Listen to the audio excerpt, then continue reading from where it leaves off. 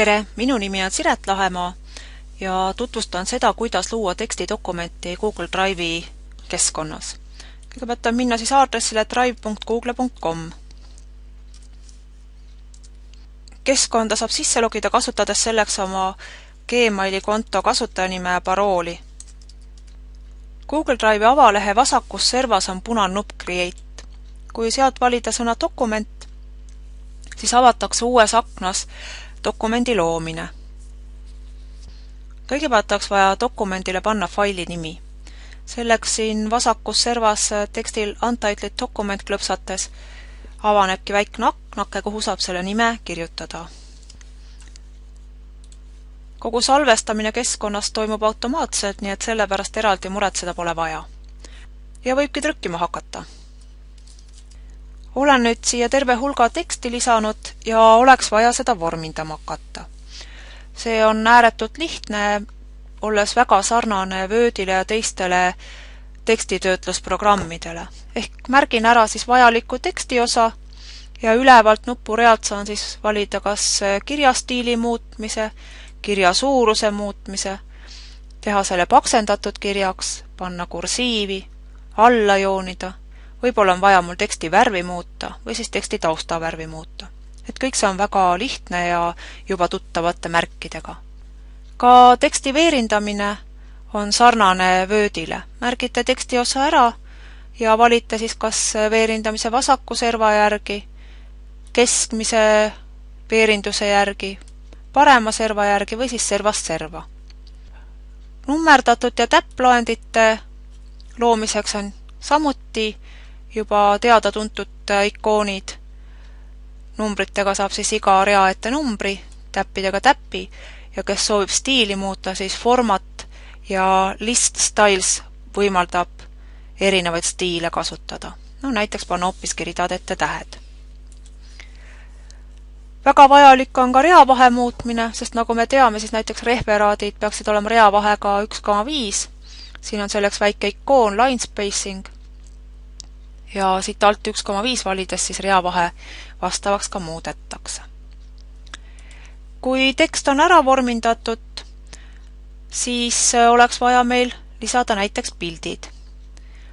Selleks me kasutame insert menüü ja images on siin kõige esimene valik. Piltide lisamiseks on mitu erinevat võimalust. Kõige lihtsam on see, et te lisate pildid oma arvutist. See käib käsuvalt upload ja kui see sinisel nupule klõpsata, siis pakutakse teile võimalust pildid oma arvutist üles otsida. Aga kui teil on pildid juba näiteks töölaual, siis te võite kasutada ka seda võimalust, et lihtsalt sikutate nad siia aknasse ja pildid laetakse automaatselt üles keskkonda, pannakse teie dokumendi sisse. Kui pildi peal klõps teha, siis ilmuvad nurkadesse märgendid, mille abil te saate pildi väiksemaks või suuremaks muuta ja siin all on valik, kas paigutatakse pilt tekstireale, nagu ta praegu on, või ma saan siis pilti tõsta selle koha peal, nagu mulle sobib. No ma kustutan selle pildi ära, et näidata ka teisi võimalusi. Tegin klõpsu peale ja vajutasin delete klahvi. Insert, image. Teine võimalus on take a snapshot ehk tehakse pilt teie arvuti veebikaameraga. Kolmas by URL tähendab seda, et saate otsida pildi internetist. Selleks peaksite teadma pildi veebiaadressi, et teda siia lisada. Mina olen otsinud siia praegu Hiiumaa pildi, teen pildi peal hiire parema klahviga klõpsu ja valin siit kopeeri pildi URL. Erinevatel veebilehitsejatel võib see käsk olla veidi erineva sõnastusega. Avan siis oma esitluse, jälle siia kasti teen parema klahvi klõpsu ja kleebi. Pilt otsitakse internetist ülesse, näidatakse mulle, et see on see pilt, mida ma soovisin ja select nupule vajutades paigutatakse siis minu teksti sisse. Jälle saan ma klõpsu pildi peal tehes selle pildi väiksemaks muuta ja nii edasi. Vajutan jälle delete klahvi, kustutan ära, et näidata veel paari võimalust. Insert, image. Albums tähendab seda, et kui teil on sama kasutajanime ja parooliga, nagu te siia Google Drive'i keskkonda logisite ka mõni Picasa album, siis võetakse sellega ühendust, otsitakse üles teie pildid ja pakutakse võimalust neid siis siia dokumenti lisada. No, valite pildi välja jälle, select ja ta ilmub teie dokumendi sisse. no see on väga suur pilt. Tuleb jälle väiksemaks teha ja hetkel ikkagi kustutan. Insert image. Google Drive tähendab seda, et kui teil on Google Drive'i ka mõni pilt üles laetud, et siis otsitakse need sealt üles. Minul ei ole, mul on ainult tekstidokumentide kaustad. Ja kõige alumine valik on search ehk otsi. Otsida saab 3 keskkonnast, Google'i, Live ja stock piltide hulgast. Ja kui te siia lisate oma otsisõna ja otsite pilte, siis siin all on ka näha, et need pildid, mis otsitakse, on kindlasti lubava litsentsiga, et te tohite neid oma töös kasutada. Kui sobiv pilt leitud, siis tuleb pildile klõps teha, valida alt select ja jälle paigutatakse pilt teie töösse. Kui pildid lisatud, siis vaatame, mida veel lisada saab. Insert menüüst on võimalik siis lisada matemaatilisi valemeid, jooniseid. Joonistada saab siin samasel koha peal, selleks avatakse teile Google Drive'i teine rakendus nimega Drawing ja kui te siin olete valmis joonistanud näiteks oma mõistekaarti või mõne muu vajaliku joonise, siis peale seda, kui te olete selle salvestanud, lisatakse see teie töösse. Insert menüüst saab lisada ka ääremärkusi, näiteks otsida erinevaid märgendeid, kraadimärki näiteks, lisada lehekülje numbrid, lisada lehekülje poolitus, ehk kui teil tundub, et järgmine tekst peaks järgmiselt leheküljelt hakkama, siis on võimalik seda siit lisada, header ja footer ehk päis ja jalus ja järjehoidja. Aga kuna ma seda järjehoidjat näidata tahaks, siis ma seda teengi. Nii, lisan siia mõned järjehoidjad, näiteks nädalate kaupa. Märgin ära selle esimene nädal, valin ülevalt sõna insert ja bookmark ehk järjehoidja. Siia ilmus ilusti pisikene järjehoidja märka juurde. Teine nädal, insert ja bookmark. Miks järjehoidjad head on, kui on väga pikk tekst ja te tahate seda teksti sisuliselt omavahel linkida, ehk näiteks kui ma loen ühe lõigu, et siis järgmine lõik veel täpsustab, aga see asub 10 lehekülge eemal, siis sellised järjehoidjad hõlbustavad dokumendis liikumist. Järjehoidjad on lisatud, aga ei ole ma näidanud, kuidas lisada näiteks linke. Lingi lisamiseks märgitakse ära see osa tekstist, millel te linki lisada tahate ja siin üleval on see getti meenutav ikoon, sellele klõpsates siis lingi lisamise aken avanebki. Jälle on 3 võimalust. Esimene on see, et te lisate veebiaadressi, ehk sellele klõpsates viiakse teid mõnele internetileheküljele. Minul on praegu siin Hiiumaa pildi aadress, panin selle. E-maili aadress võimaldab siis teil liikuda kirja kirjutamise keskkonda ja kirjutada inimesele, kelle aadresse lingitut on kohe kiri. Ja bookmark on nüüd ehk järjehoid on täpselt see, mida ma tegin. Kuidas saab oma teksti sees liikuda. Et mul oli 2 järjehoidjat pandud, valin siia teise nädala, ütlen okei, ja näiteks edaspidi sellele klõpsates ma saan kohe liikuda tekstis sinna kohta, kus mul järjehoidja on. Insert menüüst tahaksin ma veel ühte väga-väga head võimalust tutvustada. See on kommenteerimise võimalus.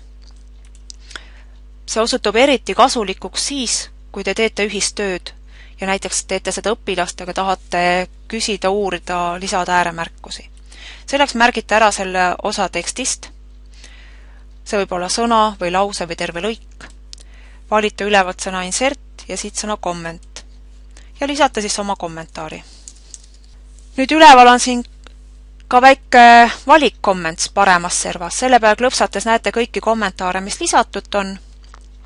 Nendel on võimalik vastata reply nupule klõpsates ja kui probleem on lahendatud, siis resolve nupule vajutades kaob see kommentaar siit paremast servast ära. Tabelite lisamine käib eraldi table menüüst, kus saate siis ära määrata veergude ja ridade arvu, luua tabeli ja siis nagu Wordis samamoodi siis muuta tabeli lahtrite suurust, kirjastiili ja muud juba tuttaval moel.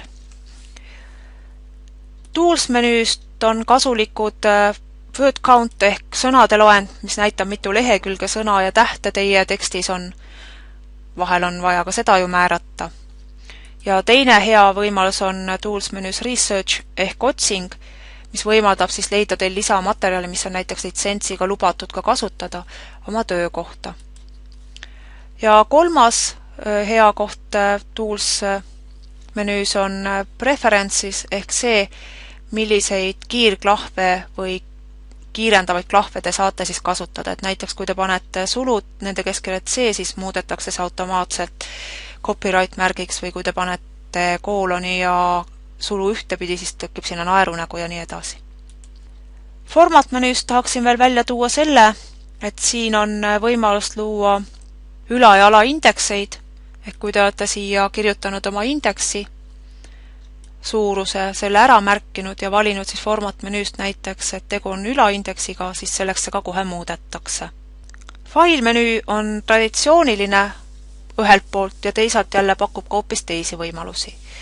Failmenüüst me saame siis luua uusi dokumente, esitlusi, avada mõnda olemasolevat ehk teisisõnu liikuda tagasi oma Google Drive'i avalehele, nimetada oma dokumendi ümber, luua sellest koopia, et näiteks teha tööd edasi, ilma et originaali rikuks. Huvitav käsk on See Revision History, mis näitab teile, mis tehtut on. Ehk sellel klõpsates saate te vaadata, millisel ajahetkel midagi on tehtud ja muudetud, ehk vaadata dokumendi loomise ajalugu. See on väga kasulik siis, kui te teete näiteks ühist tööd kellegagi. Siis Language kahjuks ei luba meil võimaldada eesti keelt ja vaikimisi on siin inglise keel praegu. Downloadides võimaldab teil dokumendi alla laadida oma arvutisse kas Microsoft Wordi vormingus, OpenOffice'i failina, RTF-failina või näiteks PDF-failina, et nii nagu soovi on. Publish to web tähendab seda, et te saate oma faili muuta avalikuks ja jagada siis seda embed koodi abil või vistutamise koodi abil näiteks oma kodulehel. Et siis, kui te olete selle avalikustanud, siis genereeritakse automaatselt ka näiteks vistutamise kood. Samuti saate teda siis jagada Google Plussi, Facebooki, Twitteri või Gmaili konto abil. Veel avaneb failmenüüst võimalus kutsuda omale e-maili teel kaastöölisi, ehk lisades nende nimed siia alla ja määrates nende õigused, et kas nad saavad ainult kommenteerida, ainult vaadata või siis ka muuta, et siis on hea võimalus koostööd teha. Samuti saab dokumenti saata manusena kirjale ja printimise käsk avaneb samuti failmenüüst. Dokumentide loomine Google Drive'i vahendiga on ääretult lihtne ja seda, kuidas seda koostööd teha, vaatame järgmises juhendis. Julget katsetamist!